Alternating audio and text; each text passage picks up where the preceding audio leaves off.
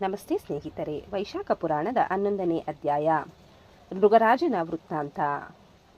ಆದಿತ್ಯವರ್ಣಂ ಸರ್ವೇಶ್ವಂ ಯೋಗೀನಾಂ ಹೃದಯ ಸ್ಥಿತಂ ವಿಷ್ಣುಂ ಜಿಷ್ಣುಂ ಸದಾ ವಂದ್ಯಂ ವಂದೇ ಸರ್ವಾರ್ಥಸಿದ್ಧಯಂ. ಶ್ರುತಕೀರ್ತ ಮಹಾರಾಜನು ಶ್ರುತದೇವ ಋಷಿಗಳನ್ನು, ಆಚಾರ್ಯ, ವೈಶಾಖ ಮಾಸ ಧರ್ಮಗಳು ತುಂಬ ಫಲದಾಯಕವಾಗಿದ್ದರೂ ಲೋಕದಲ್ಲಿ ಹೆಚ್ಚು ಪ್ರಚಾರವಾಗದಿರಲು ಕಾರಣವೇನು ಎಂದು ಕೇಳಿದನು. ಶ್ರುತದೇವ ಋಷಿಗಳು ಹೇಳುತ್ತಾರೆ, ಈ ಜಗತ್ತಿನಲ್ಲಿ ಸಾತ್ವಿಕರಿಗಿಂತ ರಜಸ ತಮಸ ಜನರೇ ಹೆಚ್ಚು ಸಂಖ್ಯೆಯಲ್ಲಿದ್ದಾರೆ. ಎಲ್ಲರೂ ಸುಖಪ್ರಾಪ್ತಿಗೆ ಯತ್ನಿಸುವವರೇ ಹೊರತು ಪರಮಪದವಾದ ಮೋಕ್ಷ ಮಾರ್ಗವನ್ನು ಆಶಿಸುವವರು ತುಂಬಾ ಕಡಿಮೆ. ಈ ಕಾರಣ ರಜಸ ತಮಸ ಧರ್ಮಗಳೇ ಹೆಚ್ಚು ಪ್ರಚಾರಕ್ಕೆ ಬಂದಿವೆ. ಸಾತ್ವಿಕ ಧರ್ಮಗಳು ಹೆಚ್ಚು ಪ್ರಸಿದ್ಧವಾಗಿಲ್ಲ. ಕ್ಷುಲ್ಲಕ ಆಸೆಗಳಿಗಾಗಿ ಜನರು ಸಾತ್ವಿಕ ಧರ್ಮವನ್ನು ಮರೆತು ರಜಸ ತಮಸ ಕರ್ಮಾಚರಣೆಯಲ್ಲಿ ತೊಡಗುವರು. ಸಾತ್ವಿಕ ಧರ್ಮಗಳು ರಹಸ್ಯವಾಗಿ ಉಳಿದಿವೆ. ಇದಕ್ಕೆ ಕಾರಣವಿದೆ. ಇಕ್ಷ್ವಾಕು ವಂಶದ ಮೃಗರಾಜನ ಮಗ ಕೀರ್ತಿಮಂತನು ಒಮ್ಮೆ ಬೇಟೆಗೆ ಹೋದನು. ಮಾರ್ಗ ಮಧ್ಯ ವಸಿಷ್ಠಾಶ್ರಮವನ್ನು ಅವನು ತಲುಪಿದನು. ವಸಿಷ್ಠರ ಶಿಷ್ಯರು ಅಲ್ಲಿ ಹಲವಾರು ವೈಶಾಖ ಧರ್ಮಗಳನ್ನು ಅನುಸರಿಸುತ್ತಿದ್ದರು.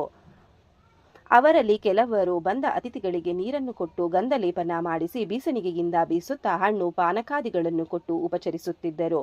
ಛತ್ರಿದಾನವನ್ನು ಮಾಡುತ್ತಿದ್ದರು. ದಟ್ಟ ನೆರಳಿನ ಮರದ ಕೆಳಗೆ ಕುಳಿತುಕೊಂಡು ವಿಶ್ರಮಿಸಲು ಅನುಕೂಲ ಮಾಡಿಕೊಡುತ್ತಿದ್ದರು. ರಾಜನು ಆ ಜನರನ್ನು ಕುರಿತು ನೀವು ಯಾರೆಂದು ಕೇಳಿದಾಗ ವಸಿಷ್ಠರ ಶಿಷ್ಯರೆಂದರು. ನೀವು ಮಾಡುತ್ತಿರುವ ಕೆಲಸಗಳೇನು ಎಂದಾಗ ತಾವು ವೈಶಾಖ ಧರ್ಮಗಳನ್ನು ಶ್ರದ್ಧೆಯಿಂದ ಆಚರಿಸುತ್ತಿರುವುದಾಗಿ ತಿಳಿಸಿದರು. ಇದರ ಫಲವೇನು? ಯಾವ ದೇವತೆ ಇದರಿಂದ ಪ್ರಸನ್ನರಾಗುತ್ತಾರೆ ಎಂದು ರಾಜನು ಕೇಳಿದಾಗ ವಸಿಷ್ಠ ಶಿಷ್ಯರು ಹೀಗೆ ಹೇಳುತ್ತಾರೆ.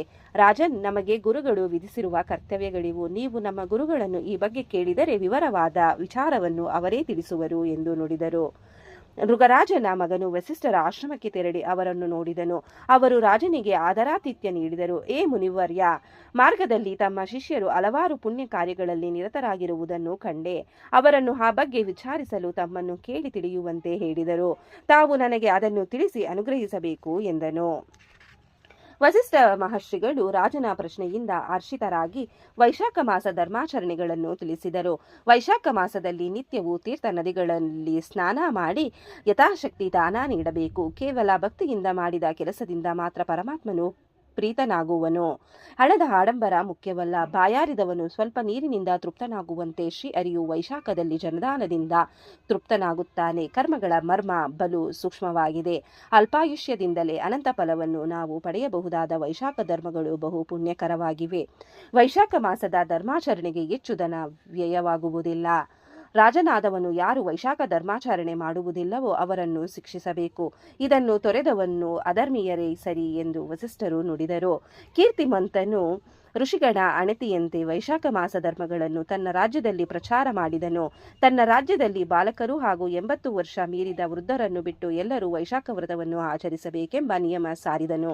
ಪ್ರತಿ ಹಳ್ಳಿಗಳಲ್ಲೂ ಇದನ್ನು ಪ್ರಚಾರ ಮಾಡಿದನು. ಇದರಿಂದ ಅವನ ರಾಷ್ಟ್ರವು ಸುಖ ಸಮೃದ್ಧಿಯ ನೆಲೆಯಾಗಿ ಶಾಂತಿ ನೆಲೆಸಿತು. ಆತನ ಪ್ರಜೆಗಳು ದೇಹಾಂತ್ಯದಲ್ಲಿ ಸ್ವರ್ಗ ಸೇರಿ ಯಮಲೋಕಕ್ಕೆ ಹೋಗುವವರೇ ಇಲ್ಲವಾದರು.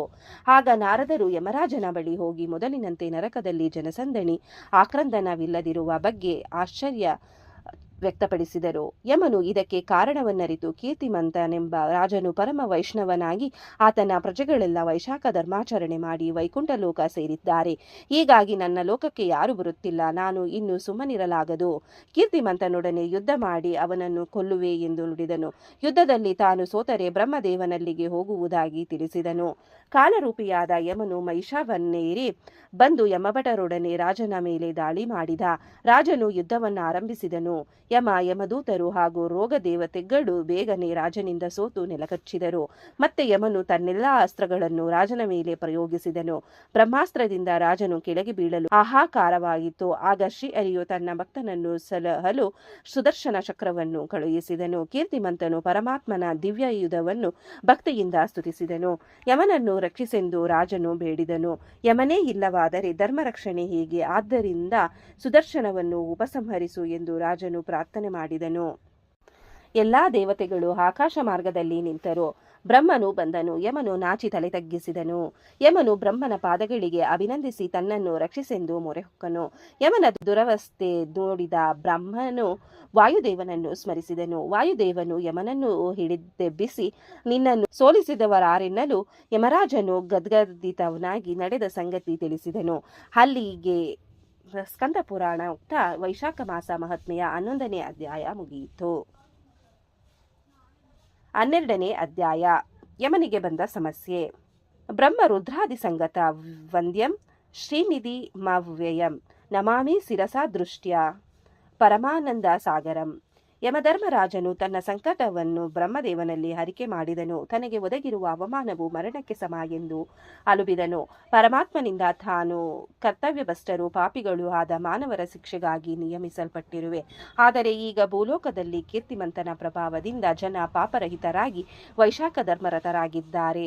ಅವರೆಲ್ಲ ವಿಷ್ಣು ಲೋಕಕ್ಕೆ ತೆರಳಿದರೆ ನಾನು ಕರ್ತವ್ಯಭ್ರಷ್ಟನಾಗುತ್ತೇನೆಂದನು. ಅದು ಅಲ್ಲದೆ ಒಬ್ಬನು ಮಾಡಿದ ಪುಣ್ಯದ ಫಲವಾಗಿ ಅವನ ವಂಶವೆಲ್ಲ ಸದ್ಗತಿ ಹೊಂದುತ್ತಿದೆ. ನನಗೆ ನರಕದಲ್ಲಿ ಮಾಡಲು ಕೆಲಸವಾದರೂ ಏನಿದೆ? ವೈಶಾಖ ಧರ್ಮರಥನು ತನ್ನ 21 ಕುಲಗಳನ್ನು ಆಧರಿಸಿ ನನ್ನ ಲೋಕಕ್ಕೆ ಬಾರದೆ ನೇರವಾಗಿ ವಿಷ್ಣು ಲೋಕಕ್ಕೆ ತೆರಳುತ್ತಾನೆ.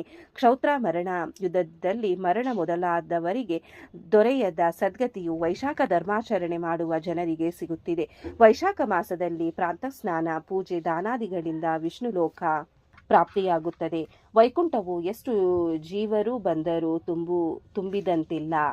ಎಂತಹ ಕಡುಪಾಪಿಗಳು ವೈಶಾಖ ಮಾಸಾಚರಣೆಯ ಫಲವಾಗಿ ಸದ್ಗತಿ ಹೊಂದುತ್ತಿದ್ದಾರೆ.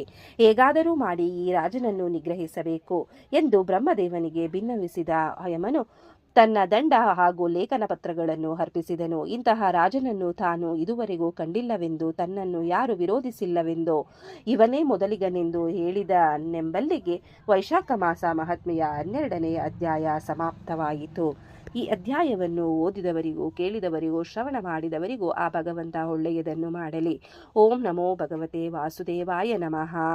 ಧನ್ಯವಾದಗಳು ಸ್ನೇಹಿತರೆ. ವಿಡಿಯೋ ನೋಡಿಕ್ಕೆ ಎಲ್ಲರಿಗೂ ಧನ್ಯವಾದಗಳು. ನಿಮಗೆ ಈ ವಿಡಿಯೋ ಇಷ್ಟ ಆಗಿದ್ರೆ ಪ್ಲೀಸ್ ಒಂದು ಲೈಕ್ ಮಾಡಿ. ನೆಕ್ಸ್ಟ್ ಇನ್ನು ಜಾಸ್ತಿ ವಿಡಿಯೋ ಹಾಕ್ತೀವಿ. ಹಾಗೆ ನಿಮ್ಮ ಫ್ರೆಂಡ್ಸ್ಗೆ ಶೇರ್ ಮಾಡಿ ಮತ್ತೆ ಸಬ್ಸ್ಕ್ರೈಬ್ ಮಾಡಿ. Thank you very much.